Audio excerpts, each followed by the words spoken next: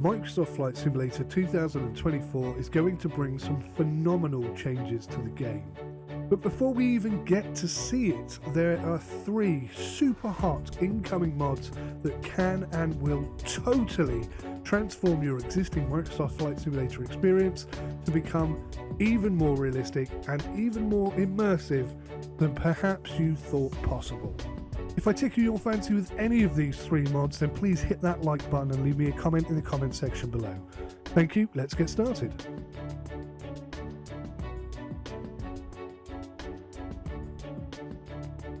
There have been many ATC mods before, but mark my words, I have never seen anything as advanced or as realistic as Beyond ATC seems to be capable of. So here's the UI for Beyond ATC. We're going for a very modern, slick look that's very easy to use, and this is the most important thing out of all of our core tenets about this program. We also have some cool stuff where you can have radio degradation, which as there's traffic in the distance, it simulates the degradation of the radio signal if there's terrain or atmospheric conditions. So we have a couple of options here. We have the auto respond, which will automatically respond to any requests or actions that we get. It's basically the co-pilot talking for you. We're not going to use that today because I'm going to be doing all the talking. And then we have the auto-tune radio, which is when we get handed off to another frequency, it'll automatically change it for you so you don't have to go down to the radio stack and do it yourself. So the tool that they use at real airports to generate their ATIS is some text-to-speech program from the 1980s. Vancouver International Airport Information Sierra 2300 Zoom. Wind 300 at 15. Visibility 30. Two clouds at 5500. So excited about that. So I know our tagline is that we don't sound like robots, but of course in this single instance we absolutely sound like a robot because that's what it sounds like in the real world. Alright, so I'll go ahead and call this in, and we'll get a couple things wrong here or there just to show you how it handles if you read back something incorrectly. But the most important thing here is that you can talk to it like a pilot. You can use radio shorthand, so 125.3 is 25.3. You can speak to it fluently or change things around or move the structure however you want, and it will still understand you. So that's the power of AI. Gone is the days of having to say the exact thing in the exact right order, and if it doesn't understand a single word, it completely fails the whole thing. Alright, so let's go ahead and grab that IFR. Air Canada 8172, request IFR clearance to Seattle with information Sierra. Air Canada 8172, Vancouver delivery. Cleared to Seattle Tacoma International. Radar vectors Roche, then as filed. Maintain 6000. Expect flight level 21010 minutes after departure. Squawk 4761. Alright, so I'll read back everything correct except for the squawk. Cleared to Seattle Tacoma, radar vectors Roche, then is filed. Maintain 6000. Expect flight level 21010 minutes after departure. Squawk 5426. Air Canada 8172, negative. Squawk code 4761.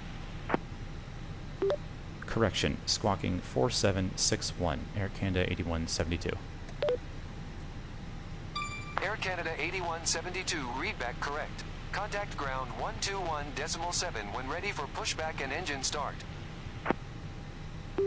Ground 121.7 when ready for pushback. Take care.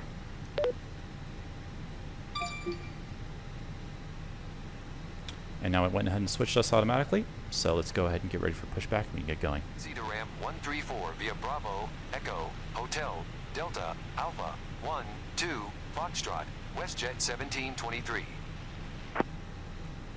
Now the cool thing is, if we look outside the window, we'll actually see that WestJet doing that exact taxi. Vancouver ground, Air Canada 8172, request pushback and engine start. Air Canada 8172, Vancouver ground. Pushback approved. Face southeast. Pushback approved, face southeast, 8172. Air Canada 8172, request taxi runway 26 left. Air Canada 8172, runway 26 left taxi via Golf, Bravo, Echo, Delta, Delta Niner. Air Canada 8172, ready to go, runway 26 left. Air Canada 8172, we are 300 at 15. Turn to heading 160, runway 26 left, cleared for takeoff. Turn to heading 160, runway 26 left, cleared for takeoff, 8172. Stabilize, takeoff power set.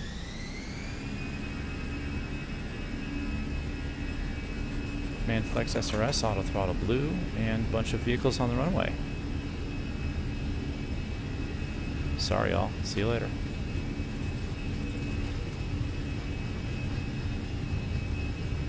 $100 knots.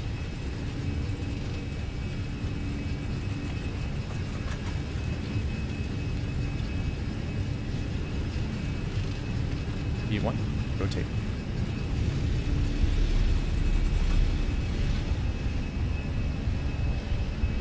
Positive rate, gear up.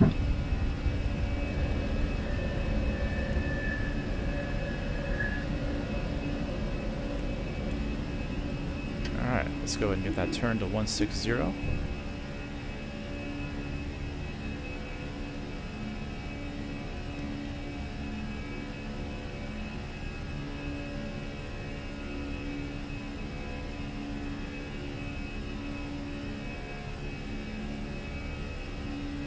There's our lever climb. Packs on.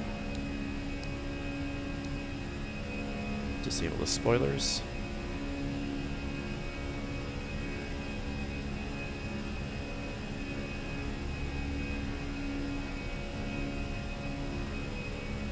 Air Canada 8172. Contact Vancouver Air departure 128.07. Have a good flight. Vancouver departure 128.07. Air Canada 8172. I'm still awaiting confirmation of a official release date, but I urge you to jump onto their Discord and make sure that you are waiting in line for the launch of this incredible product. I'll be making an in-depth review as soon as I get my hands on this one, so stay tuned for that. 𝗂𝗂𝗃𝗍𝗁𝗀𝗃 with AccuSim. This is nothing, and I do mean nothing, like any other third-party airplane add-on that you have bought. The immersion games that you will receive from the AccuSim software is going to make you feel like you have bought, own, and now have to look after and maintain your very own real-life airplane. Now this is a cold-soaked engine. We just gave it 9 shots of primer, and I pulled up our engine analyzer that allows you to look inside the engine. Since the engine is so cold, I'm just going to crank it over a few times with the mags off to get the oil circulating.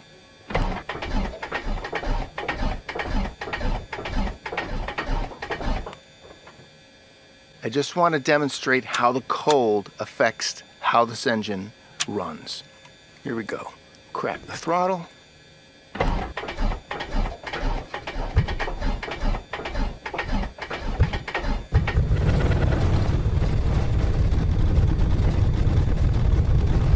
That's a very cold engine. And look at the oil pressure. It's just coming up now. You can actually hear and feel that engine warming up. As it warms up, the RPM will increase.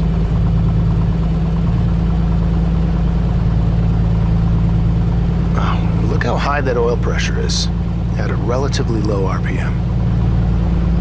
It's because the oil is just so thick. The pump is really working hard to move the oil. Now, we do have a weak cylinder.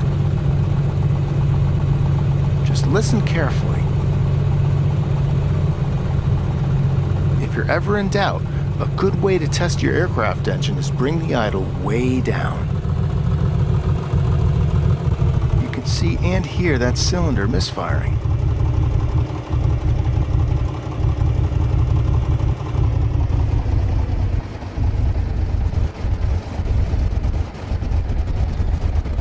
Yep, you see, that almost stalled. But this is what you go through when you fly an airplane. You pay attention to these little things because it's these little things that can become big things when you're flying in the air, especially when flying a single-engine combustion airplane. We also feature a complete walk around where you can actually grab and feel the linkage in your control surfaces. There's a little bit of play there. It's because these are controlled by cables and pulleys. Little play, that's normal. This is exactly what it feels and sounds like to move the aileron. We'll jump to the tip tank. Tip tanks are awesome on so many levels. I'm going to add fuel here. I want you to listen very carefully. Just listen. Hear that? That's all the way up. Now I'm going to listen again. I'm going to take fuel out. I'm going to drain it.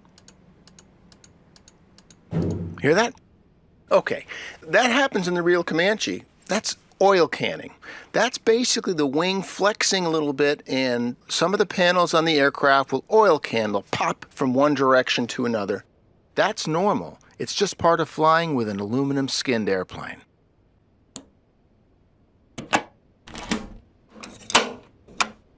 Okay, so we'll go underneath. Now we use this jar and insert it into this drain to test if there's water in the fuel. But just for demonstration, I put some water in this tip tank. Now water is clear. It's not blue like the fuel, so when I start draining, you're just going to see clear liquid, which will be water. And once all the water is out, you'll then see fuel start coming into the jar, which will appear on top. Okay, see? That's water, right? Now watch. Keep draining. There we go. See it? Water, fuel. Let's drain that. Just make sure.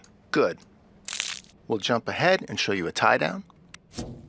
Master artist 𝗦𝘂𝗽𝗆𝗆 made these knots, real knots, and you can hear the sound that's actually pulling it through the Comanche loop. This is where we can chalk it up. And this is how we check our oil. There is a lot to know about what oil color actually is. Oil can go from very black to almost invisible and everything in between. We have a tutorial that explains what oil color actually is and why it's so important.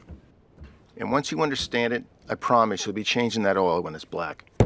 The feeling of this thing when you do it, it's very unique. It's actually it's what I would expect flying in real life, and it's quite remarkable when you kind of experience that in a sim, because you're like, hey, that's pretty much exactly what happens. It's great to see. Things break, things wear out. Oil goes bad, water gets into fuel. I mean, you've managed to bring all of that into this as well. I mean, it's quite staggering. Let me demonstrate why we simulate all these internal components of the engine. Let me show you an engine start.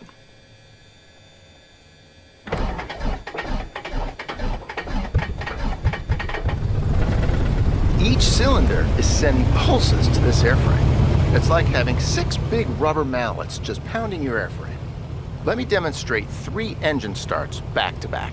Same aircraft, same conditions.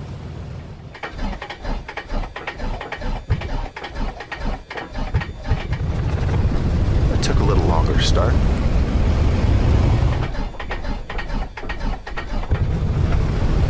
Started right up.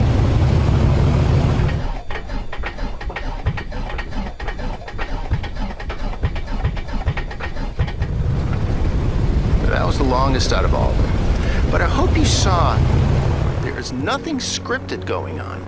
In fact, those 3 engine starts were the next 3 engine starts that I took. I didn't have to retake these to show different engine starts. Quite simply, guys, this will change everything you do in Microsoft Flight Simulator. The simple, persistent nature of this airplane add-on delivers that extra level of immersion that you simply will never get from any other aircraft developers unless they learn from the best and follow suit. For me, this is a day one purchase and review. If you can find it on my channel, I have reviewed and flown the FSX version many years ago, and although it's very dated now, that FSX 𝗏𝗏𝗄𝗏 still trumps anything that has been released in Microsoft Flight Simulator today. So do be sure to check that out if you want to see more.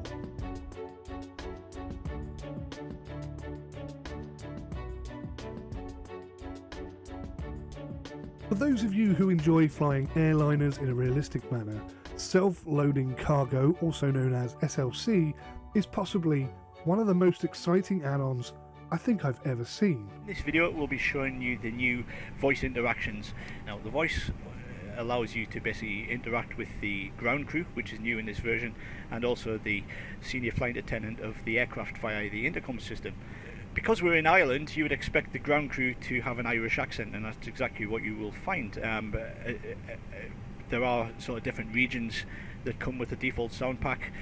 For instance, if you land in Innsbruck, the ground handler will have an Austrian accent, and it just helps create that little bit extra immersion when the ground crew are talking to you. Start flight, and I'll middle click.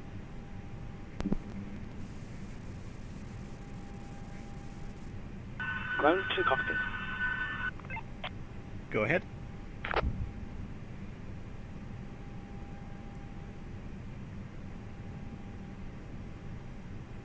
Hello, Captain. Microphone check, please. Mic check is 5 out of 5. Mic check is 5 out of 5. Okay, Captain. Radio check is good. We'll contact you again once we're ready to start loading. Roger.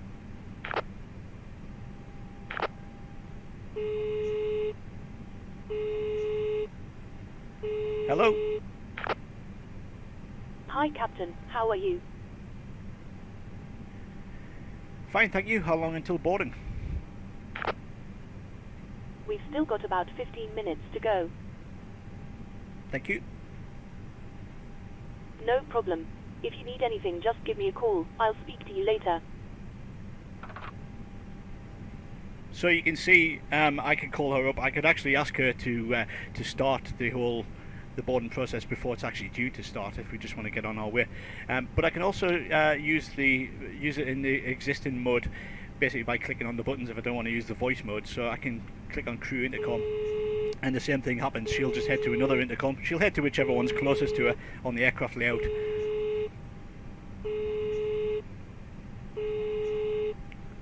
And I can just tell her to start the boarding process. Hi, Captain. I'll switch to... I can actually... I can hover over the buttons to get the voice commands for each one. So you can see there's two commands there. How long till we start boarding, or how long until boarding. Or I can say, ready to begin boarding, or we are ready to begin boarding, anything like that. Basically, you can say the caption of the button in order to interact, or you can try to sort of guess what the phrase would be. It's got a little bit of intelligence in there to try to pick up various variations. So now I might start, in fact I'll ask her via the button how long until boarding, and you'll hear the digital voice of the pilot instead of my voice. So if I click on the button manually instead of using my voice. Hi, we were just wondering how long it'll be until boarding starts.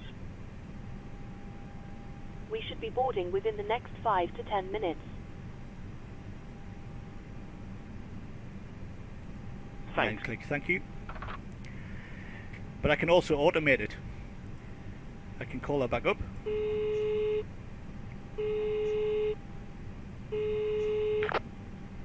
Hi, Captain. If I right click on this button and put it in automatic mode with the green button, she'll automatically reply, and then the pilot will automatically reply to her to finish the scenario, so I don't actually have to click anything. Hi, we were just wondering how long it'll be until boarding starts. We should be boarding within the next 5 to 10 minutes. Thanks. Request a loading update, please.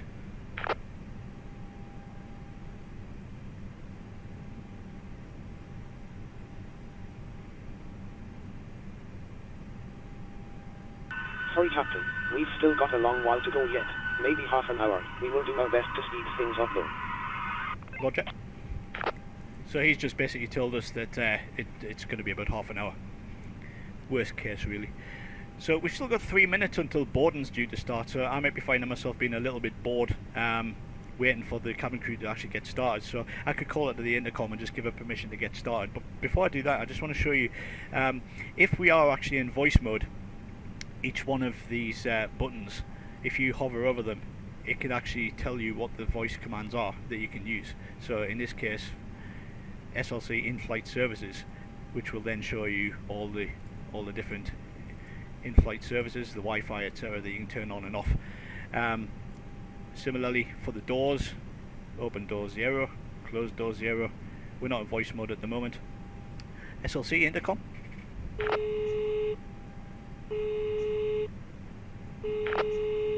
Hi, Captain. Hi, we're ready to begin boarding. We're ready to begin boarding. No problem. I'll tell the crew and we'll get started in a couple of minutes.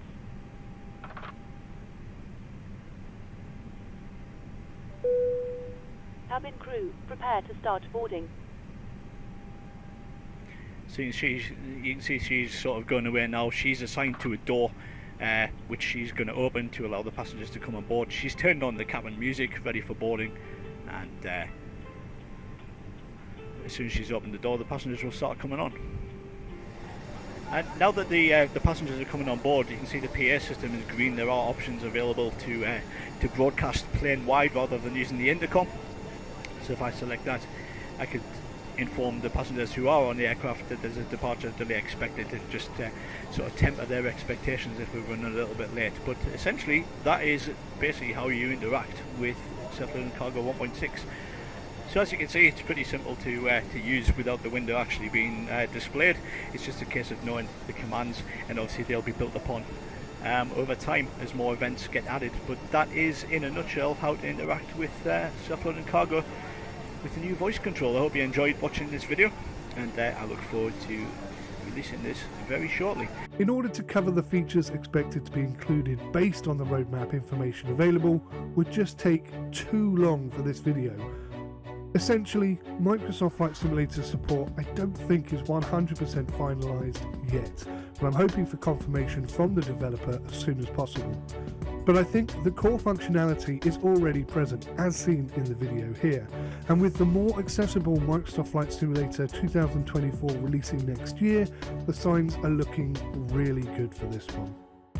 Guys, please hit that like button, leave me a thank you in the comment section, and be sure to use the links provided in the description below, where you can find even more information about all of these absolutely amazing add-ons for Microsoft Flight Simulator.